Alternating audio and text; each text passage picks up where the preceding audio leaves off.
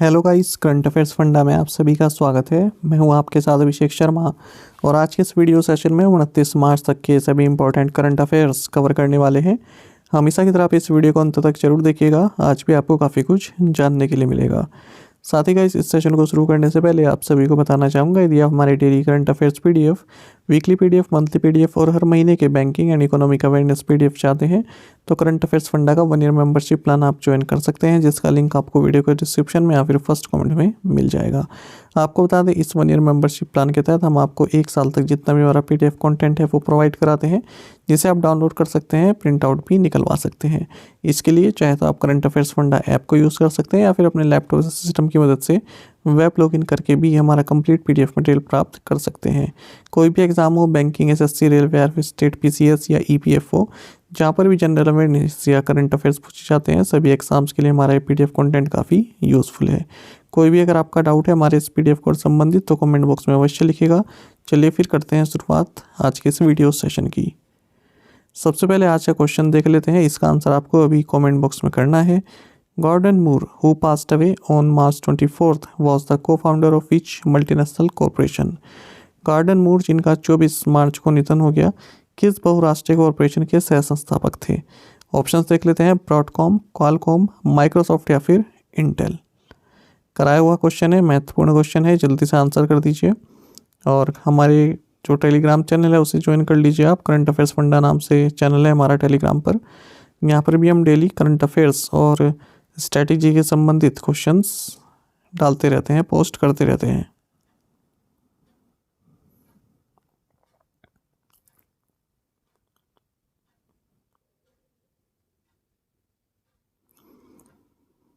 Total how many medals did India win at the International Shooting Sport Federation World Cup Rifle Pistol in Bhopal Madhya Pradesh. Bhopal Madhya Pradesh में अंतर्राष्ट्रीय shooting sport federation विश्व cup rifle pistol में भारत ने कुल कितने पदक जीते। ऑप्शंस आपके सामने है, सही आंसर ऑप्शन सी है 7। आपको जानना चाहिए, इंटरनेशनल शूटिंग स्पोर्ट फेडरेशन यानी कि ISSF world cup rifle pistol ये भोपाल मध्य प्रदेश में हाल ही में संपन्न हुआ है और यहाँ पर भारत ने 1 गोल्ड, 1 सिल्वर और 5 ब्रॉन्ज मेडल्स जीते हैं। आप मेडल टैली में भी देख सकते हैं। टोटल भारत ने 7 मेडल्स जीते हैं और चाइना टॉप पोजीशन पर रहा है, 8 गोल्ड मेडल जीते, 2 सिल्वर, 2 ब्रॉन्ज, टोटल 12। भारत दूसरे नंबर पर है। भारत की ओर से यदि हम मेडल विनर्स की बात करें, महत्वपूर्ण रहेगा आपके लिए जानना कि गोल्ड मेडल सर्वजोत सिंह ने जीता है men's 10 metre air pistol event में। वरुण तोमर और रिदम संगवान, इन्होंने 10 metre air pistol mixed team में सिल्वर मेडल जीता। वरुण तोमर ने ब्रॉन्ज जीता है। रुद्रांश बालासाहेब पाटिल, इन्होंने ब्रॉन्ज मेडल जीता। रुद्रांश बालासाहेब पाटिल और नर्मदा राजू, इनकी जोड़ी ने भी ब्रॉन्ज मेडल जीता है। मनु वाकर, इन्होंने ब्रॉन्ज मेडल जीता। साथ ही शिव कौर समरा, इन्होंने ब्रॉन्ज मेडल जीता है। तो यहाँ पर सरबजोत सिंह याद रखिएगा, इन्होंने गोल्ड मेडल जीता है। Which Central American country signed a landmark communique with China on March 26th, establishing diplomatic relations? किस मध्य अमेरिकी देश ने 26 मार्च को चीन के साथ राजनयिक संबंध स्थापित करते हुए एक ऐतिहासिक विज्ञप्ति पर हस्ताक्षर किए हैं। ऑप्शंस आपके सामने है, सही आंसर ऑप्शन डी रहेगा, हॉन्डुरस। देखिए, चाइना और हॉन्डुरस ने एक लैंडमार्क कम्युनिक साइन किया है, जिसके तहत इन्होंने फॉर्मली या ऑफिशियली अपने डिप्लोमेटिक रिलेशंस को स्थापित किया है। देखिए, हॉन्डुरस के पहले रिलेशंस थे ताइवान के साथ, अब ताइवान के साथ तोड़कर रिलेशंस इसने जो डिप्लोमेटिक रिलेशंस हैं वो चाइना के साथ बना लिए हैं, क्योंकि ये नीति है चाइना की कि यदि आपको चाइना के साथ रिलेशंस बनाने हैं तो आपको ताइवान से अपने टाइज कट करने होंगे। आप ताइवान के साथ कोई भी डिप्लोमेटिक टाइज नहीं रख सकते। तो इसी के साथ अब ताइवान के साथ जो कंट्रीज़ हैं वो भी काफ़ी कम हो गई हैं, क्योंकि हाल ही में निकारागुआ, पनामा, कोस्टा रिका, इन्होंने भी ताइवान से अपने टाइज कट करके चाइना के साथ कनेक्ट किए हैं। अच्छा, अगर हम देखें 193 member countries of the UN में अब कौन कौन ताइवान की साइड है, यानी कि ताइवान से किन किन के डिप्लोमेटिक रिलेशंस हैं, उनमें Holy See Vatican, Marshall Islands, Nauru, Tuvalu, Palau, Eswatini, Belize, Guatemala, Haiti, Paraguay, Saint Lucia, Saint Vincent and the Grenadines, Saint Kitts and Nevis, ये सभी कंट्रीज़ हैं जिनके अभी भी ताइवान के साथ डिप्लोमेटिक रिलेशंस हैं। Which of the following pair is not correctly matched, निम्नलिखित में से कौन सा जोड़ा सही सुमेलित नहीं है या कौन सा युग्म सही सुमेलित नहीं है। देखिए लेफ्ट हैंड साइड में जो जस्टिस हैं उनके नाम लिखे गए हैं, राइट हैंड साइड में किस हाई कोर्ट के हैं ये लिखा है। तो देखिए इनमें शुरू की जो 3 है ये सही है, ये हाल ही में अपॉइंट हुए हैं, और जो डी ऑप्शन है justice Prakash Shrivastava chief justice of Uttarakhand high court, ये गलत है। चलिए जानते हैं पूरी न्यूज़ क्या है। देखिए union minister of law and justice, इन्होंने हाल ही में इलाहाबाद, छत्तीसगढ़ और पटना हाई कोर्ट में नए चीफ जस्टिस की अपॉइंटमेंट को लेकर नोटिफिकेशन निकाला है।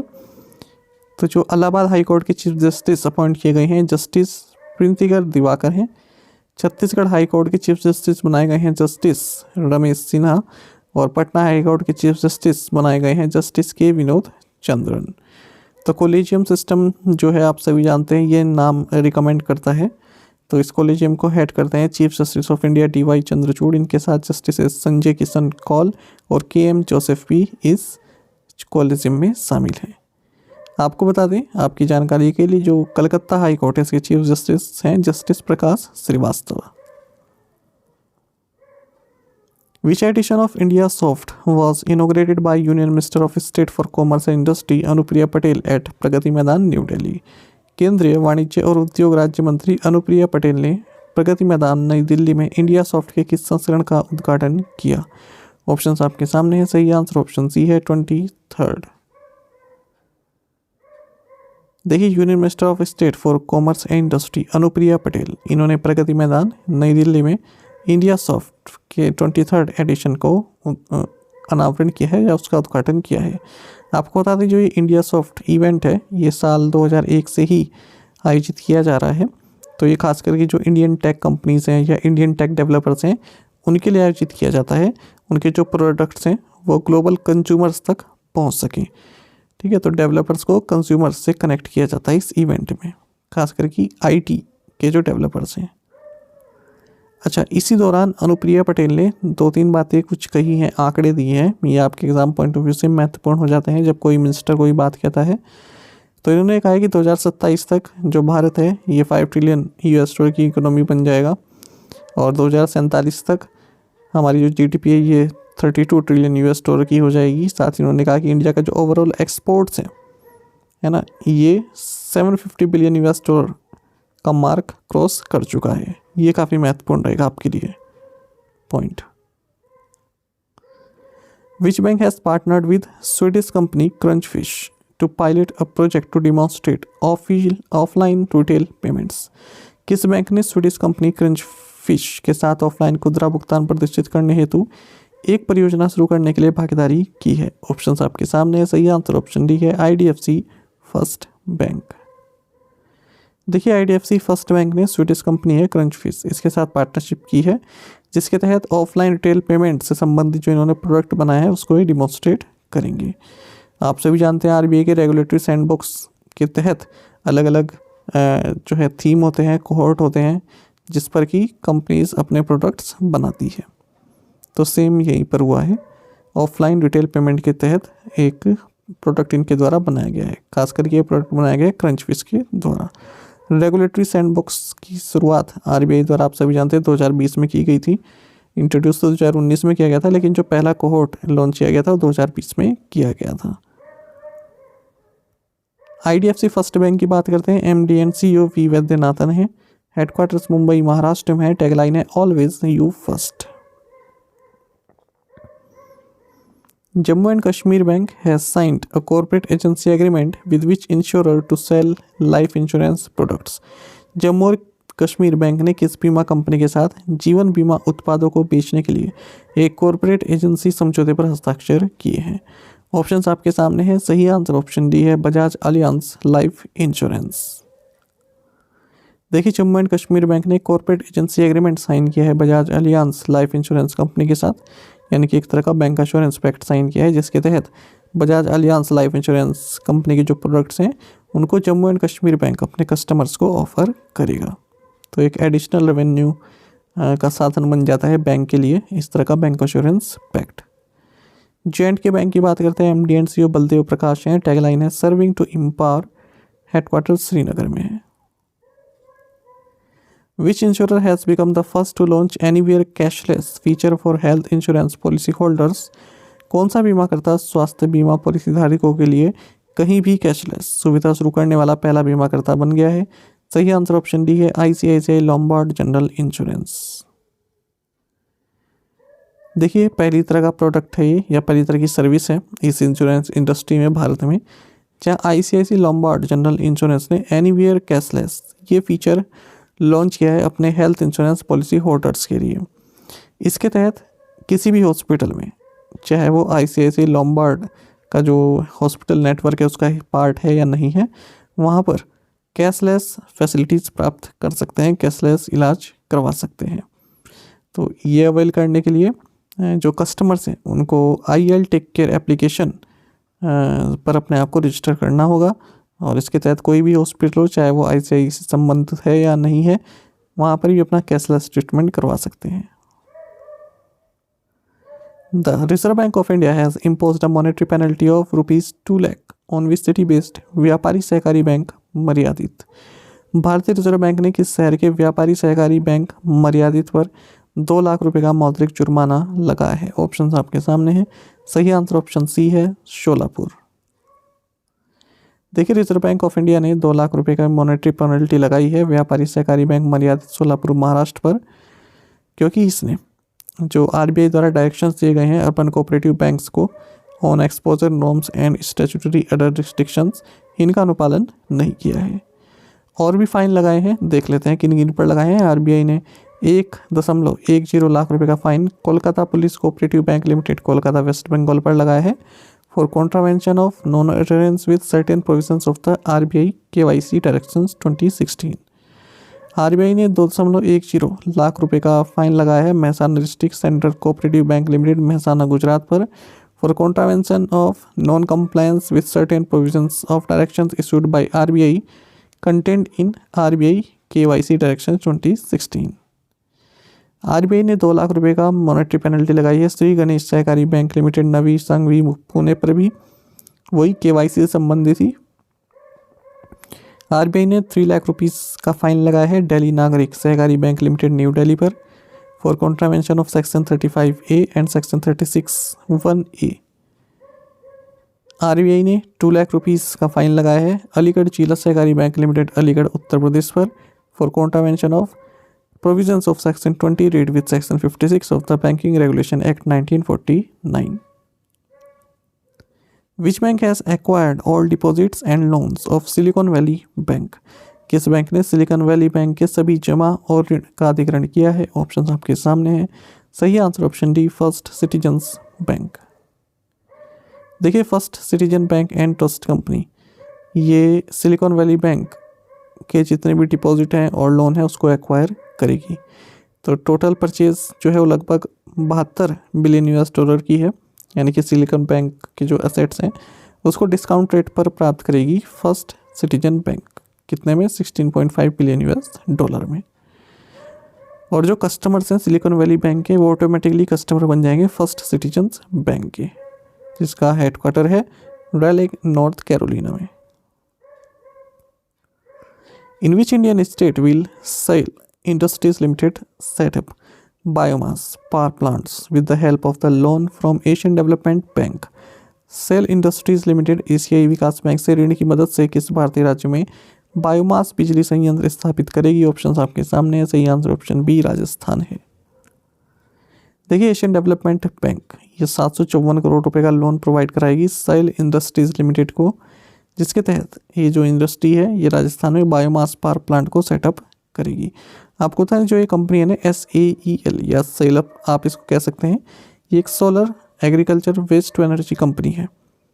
ठीक है, ये क्रॉप रेसिड्यूज के जरिए फ्यूल बनाती है वेस्ट टू एनर्जी प्रोजेक्ट्स के लिए।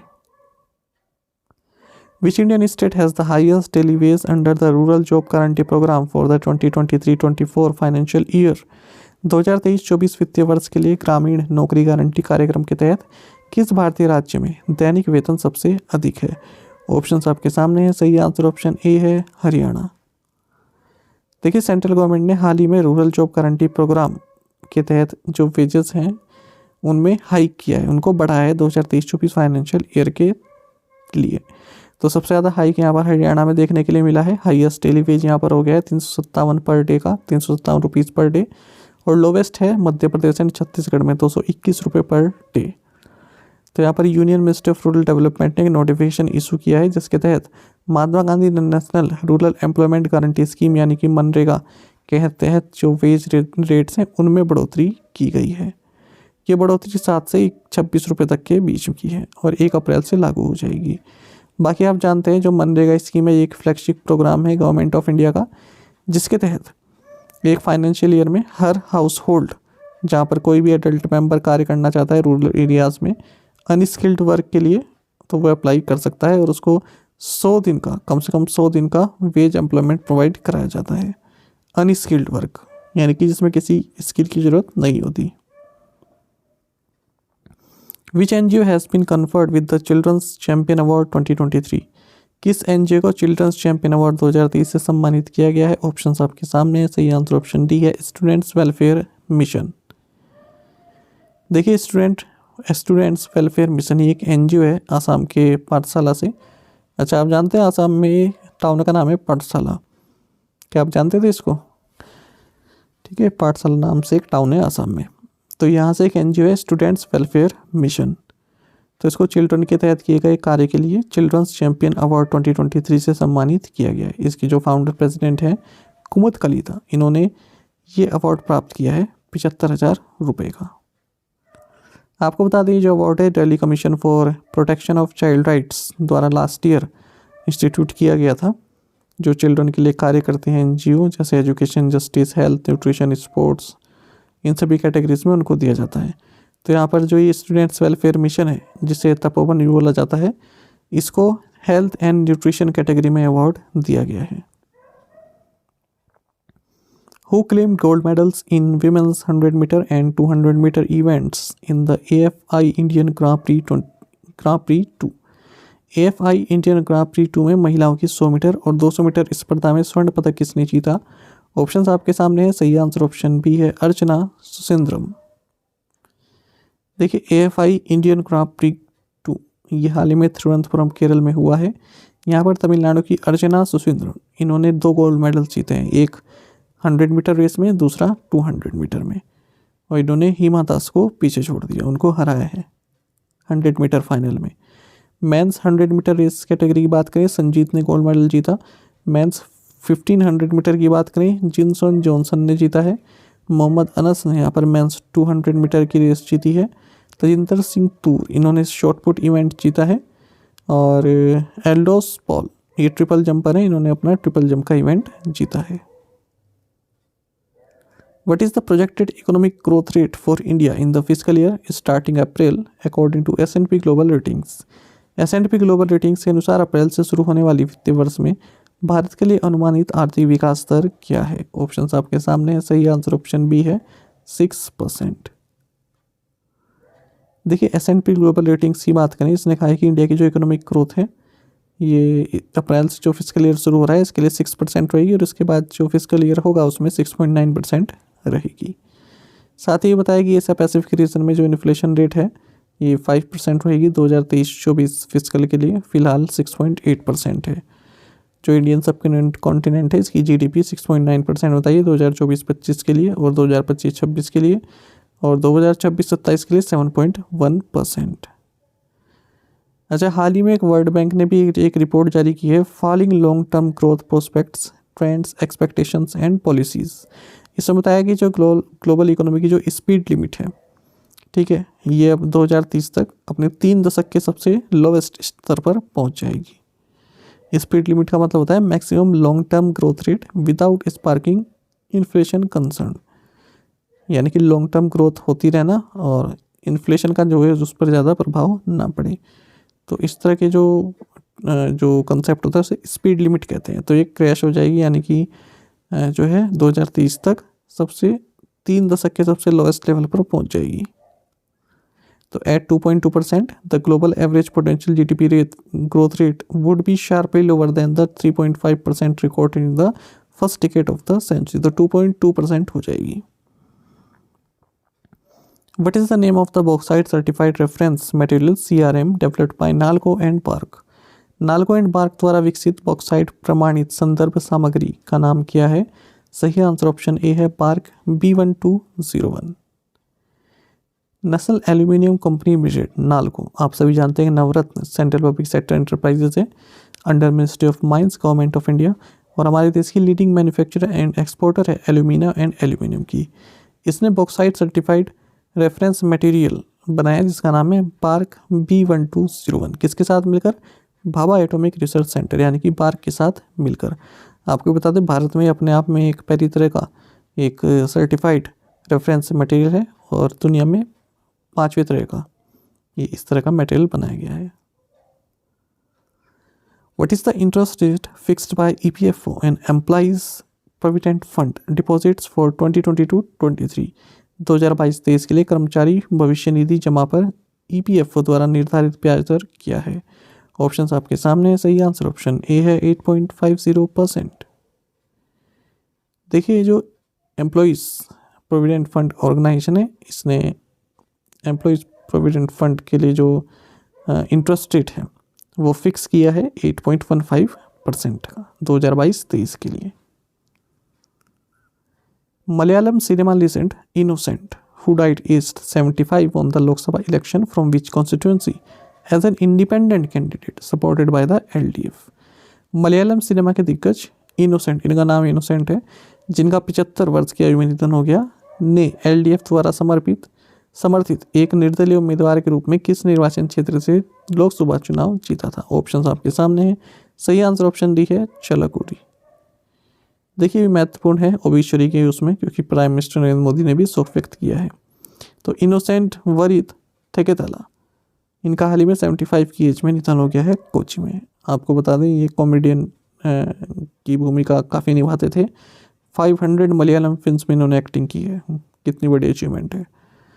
तो ये प्रोड्यूसर भी रहे, ऑथर भी रहे और फॉर्मर MP भी रहे चलकुडी से। ये association of Malayalam movies artist के प्रेसिडेंट भी रहे हैं। How many years will the national gallery of modern art new Delhi celebrate in the spring fiesta event in 2023?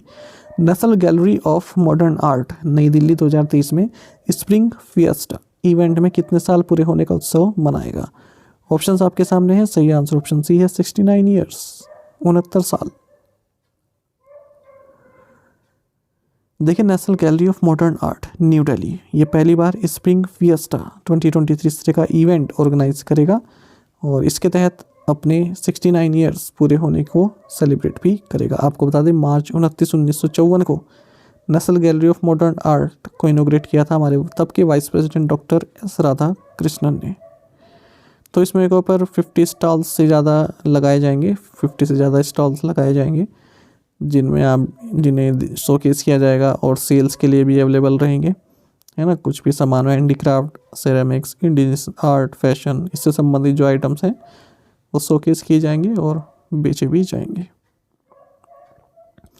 Which countries are signatories to the Black Sea grain initiative? काला सागर अनाज पहल के लिए निम्नलिखित में से कौन हस्ताक्षर करता है? ऑप्शंस देखिएगा Russia and Ukraine, Russia Ukraine and US, Russia Ukraine Turkey and UN, Russia Ukraine Turkey US and UK। तो सही आंसर ऑप्शन सी है Russia Ukraine Turkey and UN। देखिए ब्लैक सी ग्रीन इनिशिएटिव इसके तहत जो Ukraine से जो grain का एक्सपोर्ट होता है, अनाज का जो एक्सपोर्ट होता है, उसमें बीच में किसी भी तरह की पाबंदी रशिया नहीं लगाएगा या फिर रुकावट पैदा नहीं करेगा। तो इस तरह का जो एग्रीमेंट साइन हुआ उसको बोला गया ब्लैक सी ग्रीन इनिशिएटिव। ठीक है, तो ये जो है एक्सपायर हो गया था, नवंबर में से चालू हुआ था और अब एक्सपायर हो गया था, इसको रिन्यू कर दिया गया है। ऐसा बताया है टर्की प्रेसिडेंट रेजब तैयब अर्दवान और यूनाइटेड नेशंस ने ऐसा अनाउंसमेंट किया है कि ब्लैक सी ग्रीन इनिशिएटिव को एक्सटेंड कर दिया गया है। देखिए ये जो पैक्ट है जुलाई 2022 में साइन किया गया था रशिया यूक्रेन के साथ यूनाइटेड नेशंस एंड टर्की ने 120 दिन के लिए। ठीक है, और फिर नवंबर में फिर से इसको रिन्यू किया गया 120 दिन के लिए। जुलाई में साइन किया गया था नवंबर तक के लिए, फिर नवंबर में फिर से रिन्यू किया गया, तो अभी एक्सपायर होने वाला था, फिर से इसको रिन्यू कर दिया गया है। तो याद रखिएगा black Sea grain initiative state PCS में काफ़ी महत्वपूर्ण रहेगा ये क्वेश्चन, या फिर कोई भी एग्जाम हो सब में महत्वपूर्ण रहेगा। आपको जानना चाहिए जो रशिया और यूक्रेन है ये अच्छे खासे सप्लायर हैं जो फूड कमोडिटीज़ हैं उनके, और रशिया तो इवन जो फर्टिलाइज़र का लार्जेस्ट एक्सपोर्टर भी है। प्रीवियस असाइनमेंट क्वेश्चंस के आंसर हम देखेंगे। Every year March 26 is observed as the purple day for epilepsy across the world. Who has been appointed as the next ambassador of India to the Islamic Republic of Iran? Rudra Gaurav Shrestha. Finance minister Nirmala Sitharaman has unveiled rupees 1,18,500 crore budget for J&K for the next financial year. Where was the first trade and investment working group meeting under India's G20 presidency held? Mumbai. Name the American competitive diver, stunt woman, actor, and auto racer, often called the fastest woman in the world, who was commemorated by Google with a doodle on her 77th birthday anniversary on March 24. Answer is Kitty O'Neill. आप में से कई students ने बिल्कुल सही answer किया है, इसी तरह से पार्टिसिपेट करते रहिए। चलिए आज के महत्वपूर्ण क्वेश्चंस देखेंगे, इनका आंसर आप जरूर कीजिएगा। Bangladesh celebrates it's independence day on which day? Which tennis player at the age of 43 surpassed Daniel Nestor to become the oldest ATP Masters 1000 winner? Which bank and Flipkart Wholesale announced the launch of industry first co-branded credit card exclusively for Flipkart Wholesale members?